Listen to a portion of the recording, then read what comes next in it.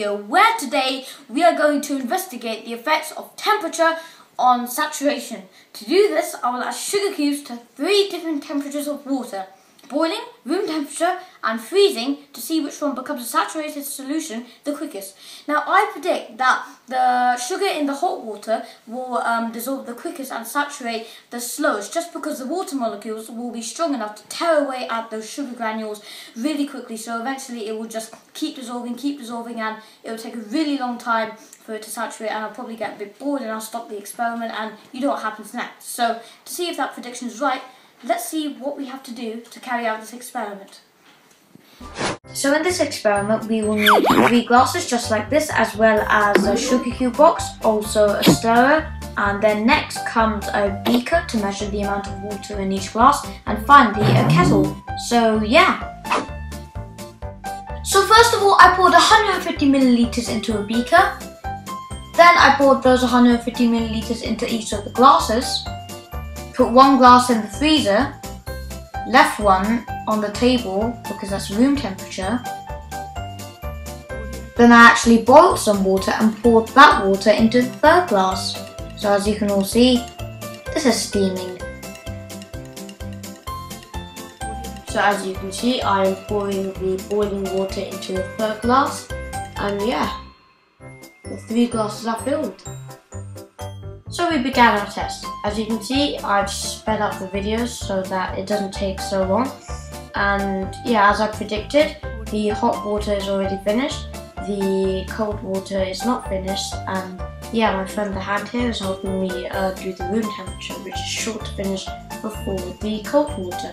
So yeah, this was sugar cube number 1, and as we move on to sugar cube number 2, I can tell you that things were exactly the same as last time. So yeah, our prediction was the same, and we do definitely think that the cold water will reach a saturation point sooner or later.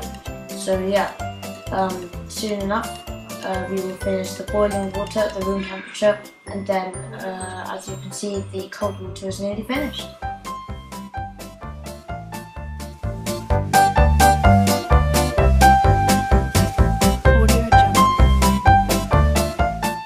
So with the 3rd attempt that I'm showing you here, I did experience 1 or 2 disadvantages, and as you can see, I'm grimacing when my friend the hand here was stirring the hot water.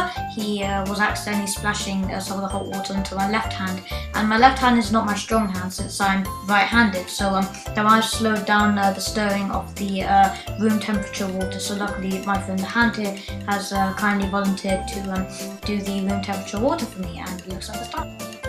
So unfortunately, I had to cut back to this first clip here just because my camera ran out of space, so I couldn't film the whole experiment, but you had a pretty good idea of what was happening. So yeah, but I can conclude that with the cold water, it took I think 4 sugar cubes until it's saturated, with the room temperature 5, and with the boiling water, which was last, we just couldn't finish it. It just would not saturate, and yeah, it was just we hadn't recorded, so we didn't think that we could show you what was happening after this. But yeah, the boiling water just did not finish, so we didn't really finish the test. And there are a few things that weren't fair.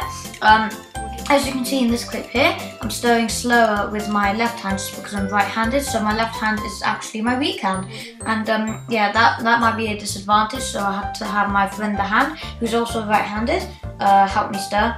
Another thing is that when me and my friend the hand picked up the stirrers and put it in, one might have put it in before the other, so I might have put it in quicker than my friend the hand, or my friend the hand could have put it in before me, vice versa. Also, a 3rd thing I pointed out is that when I put it in, I think I saw the sugar cube split in half, so I think I accidentally, when I put it in, split the sugar cube in half because yeah, the stirrer hit it too hard, so that made the test not fair enough for it to be accurate.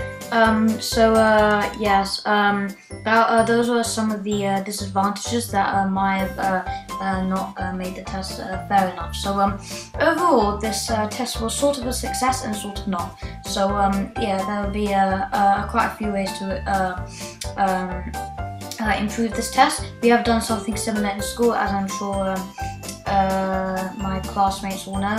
So I should have known what to do better. But even so, there will always be at least one thing that you need to improve, because that's not fair. Anyway, that's the end of this recorded test here. Yeah, hope you enjoyed listening and watching this. And thank you for watching, and see you guys. Bye.